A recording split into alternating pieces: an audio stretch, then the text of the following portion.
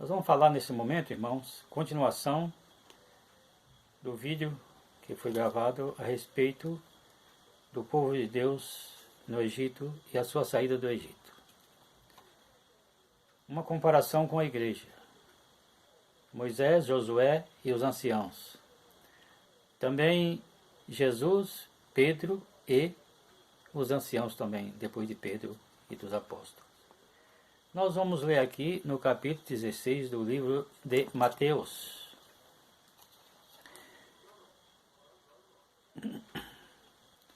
Mateus capítulo 16, verso 12 a 19.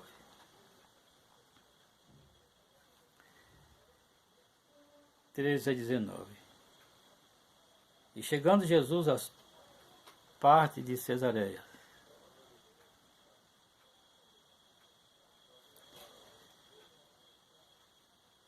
de Filipe, interrogou os seus discípulos, dizendo: Quem dizem os homens ser o Filho do Homem? E eles disseram: um João Batista, outros Elias, e outros Jeremias, e outro um dos profetas. Disse-lhes ele: E vós, quem dizeis que eu sou? Simão Pedro respondendo disse: Tu és o Cristo, o Filho de Deus vivo. E Jesus respondendo disse-lhe: Bem-aventurado és tu, Simão Bar-Jonas, porque tu não revelou a carne e o sangue, mas meu Pai que está nos céus. Pois também eu te digo que tu és Pedro, e sobre esta pedra edificarei a minha igreja, e as portas do inferno não prevalecerão contra ela. E eu te darei as chaves do reino dos céus. E tudo o que ligares na terra será ligado nos céus, e tudo o que desligares na terra será desligado nos céus. Nós vemos lá no livro de João também esta passagem.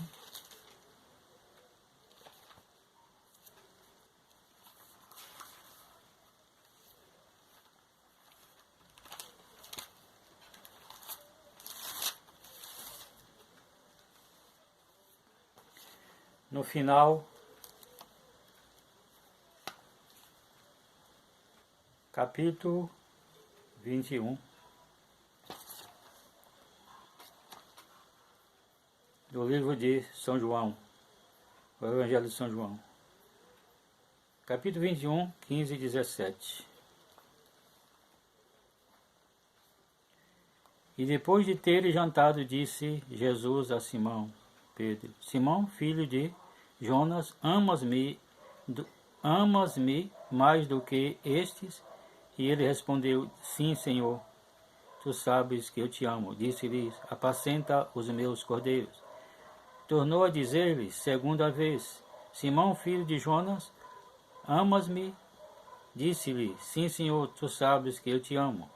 Disse-lhe: Apacenta as minhas ovelhas. Disse-lhe terceira vez: Simão, filho de Jonas, amas-me? Simão entristeceu-se, se por lhe ter dito terceira vez: Amas-me? E disse-lhe: Senhor, tu sabes tudo, tu sabes que eu te amo. Jesus disse-lhe: Apacenta as minhas ovelhas. Fazemos aqui uma comparação entre Moisés e Jesus. Na morte de Moisés, o Senhor ordenou a Moisés para que Moisés levantasse Josué para a continuação e levasse o povo até Canaã. Nós vemos que Josué era uma pessoa dedicada. Nós fazemos uma comparação entre Josué e Pedro. Josué era uma pessoa dedicada. A Bíblia nos diz que Josué não se apartava de Moisés, não saía do meio da tenda. Em todo lugar que Moisés estava, Josué também estava. Quando Deus mandou Moisés levantar os anciãos, para que, quando o sogro de Moisés chegou e viu Moisés julgando sozinho, cansado, Ele disse: Moisés, o que tu faz não é bom. Assim tu te enfada esse povo também. Faz o seguinte, levanta 80 homens dentre eles, homens escolhidos, homens de capacidade e responsabilidade. Ele julgue as causas menores e tu julga as causas mais difíceis. E Moisés escolheu 80 homens e tirou do seu espírito e derramou sobre aqueles homens. E tinha duas pessoas que não foi contado entre eles, mas que também recebeu do Espírito. E chegou a notícia a Moisés, dizendo que fulano e fulano estava também profetizando. E Josué disse: Senhor, proíbo-lhes. Moisés disse: não. Por acaso tem inveja de mim? Tem ciúmes de mim, nesse caso? Então, Josué era uma pessoa dedicada. Por isso que Deus escolheu Josué, para continuar nesta jornada. Pedro também era uma pessoa dedicada a Jesus. Por isso Jesus escolheu ele. Ainda que Pedro negou Jesus, Jesus escolheu ele porque Pedro era uma pessoa decidida. Muitos pregadores dizem que Pedro era violento, mas Pedro não era violento. E não há lugar nenhum na Bíblia, no Novo Testamento, dos Evangelhos, que diz que Pedro era violento. Pedro era uma pessoa decidida. Quando ele tirou a espada e cortou a orelha do servo do sumo sacerdote, por quê? Ele era servo de Jesus. E ele não admitiu que isso acontecesse. Será que nós não faríamos o mesmo? Então Pedro não era violento. Pedro era uma pessoa dedicada. Por isso que Jesus disse, lá quando ele disse, tu és o filho do Deus vivo, que Jesus disse, tu és Pedro, e sobre esta pedra edificarei a minha igreja, e te darei a chave dos céus. E as portas do inferno não prevalecerão contra ela. Tudo que ligares no céu será ligado na terra, e tudo que desligares na terra será ligado no céu. Jesus deu uma incumbência a Pedro, para que ele continuasse na direção da igreja, continuasse nesta obra. Jesus deu todos os poderes a Pedro. Poder de cura, poder de tudo. Era tanto que as pessoas colocavam camilhas com seus enfermos nas ruas de Jerusalém, para que ao menos a sombra de Pedro, quando passasse, cobrisse eles e eles seriam curados. Jesus disse antes a eles que eles faria obras maiores do que aquelas que Jesus fazia. Jesus falou isso. Será que Jesus quis, iludir os discípulos? Não. Jesus estava fazendo a verdade. Pedro fez obras, grandes obras, curou grandes números de pessoas. Pedro desafiou os sacerdotes, porque Jesus disse, quando compareceres na presença de governadores e reis, não estejais solícitos pelo que haveis de falar ou pelo que haveis de dizer, porque na mesma hora o Espírito Santo lhes dará palavras, colocará a palavra na vossa boca, para que eles não possam resistir. Homem quase que analfabeto, Pedro, recebeu tanta autoridade de Deus, que os sacerdotes ficaram admirados com isso. E então o povo serviu a Deus naqueles dias. As multidões que vinham para Pedro era grande, porque Jesus colocou em Pedro uma porção poderosa do seu espírito. Assim como Moisés pôs em Josué também uma porção poderosa do Espírito de Deus que havia nele. O que havia em Moisés passou para Josué, não tudo, porque Deus deu a Moisés capacidade para fazer grandes milagres no Egito, à vista de Faraó e de todos os egípcios. Também Jesus deu a Pedro esses poderes para fazer essas maravilhas na presença de reis, governadores e todas aquelas multidões. E o mundo conheceu a Pedro. O mundo conheceu a Pedro. A esse respeito. Mas depois da morte de Pedro também veio os anciãos. E assim foi por diante até o ano 306 a 11 da nossa era.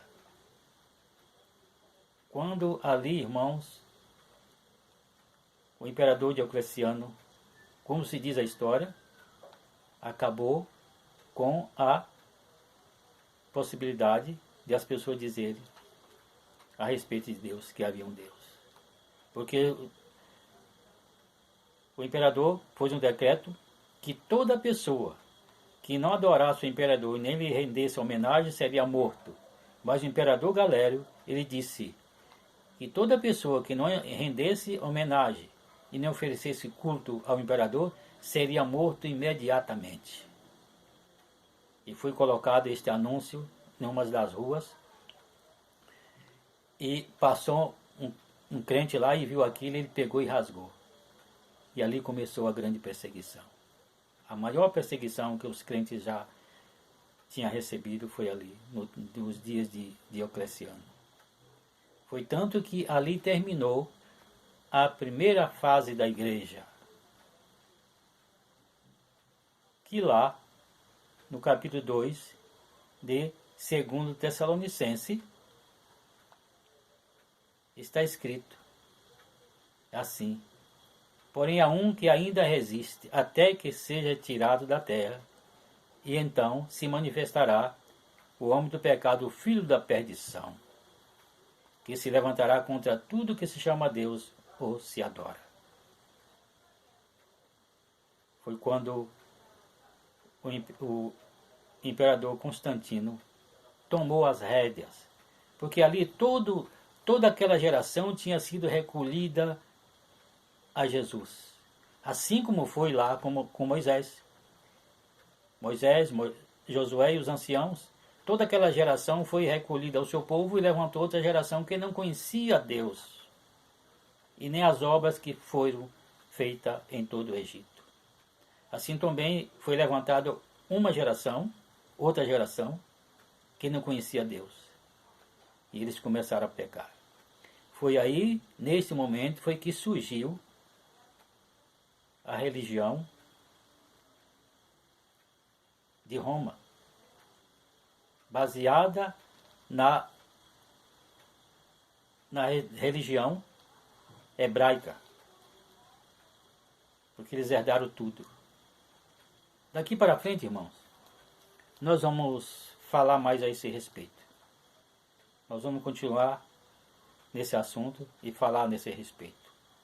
Vamos falar do tempo em que, como se diz lá em Apocalipse, a besta que subiu do mar e a besta que subiu da terra. O Império Romano nunca deixou de existir, irmãos.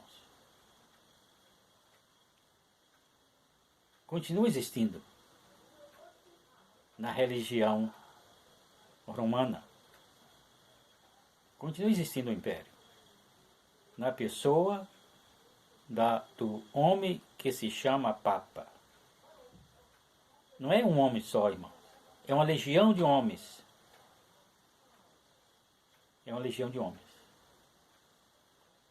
Nós vamos falar disso aqui depois desta palavra. E mais uma vez espero que os irmãos continuem me ouvindo através desses vídeos e orando por mim para que o Senhor me dê mais e mais sabedoria e capacidade para continuar nessa palavra. Que aquilo que não fiz antes, agora eu posso fazer. Assim eu espero que os irmãos me ajudem em oração, para que o Senhor me dê força, me dê sabedoria, entendimento, inteligência, para que eu não venha mentir para os irmãos, pregar mentira, mas sim a verdade, falar da verdade. Falar da verdade. É que eu peço aos meus irmãos.